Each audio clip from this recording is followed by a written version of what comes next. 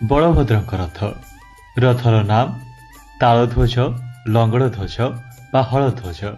Rather उच्चता 45 foot. रथर चक संख्या 14। रथर आवरण रक्त और नीलवर्ण।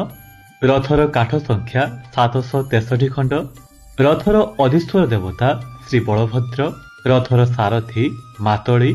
रथर दौड़ीर नाम बासुकी। कला रंगर 4 अश्व शंख सुचित्र अंगद और मेघनाद। रथर द्वारपाल नंद और सुनंद। रथर शुकजुगड़ श्रद्धा और विश्वास।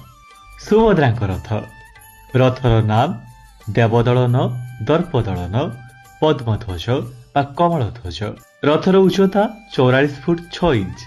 काठ संख्या 593 खंड। रथर चक संख्या 12। रथर आवरण कृष्ण और लोहित। रथर सारथी अर्जुन।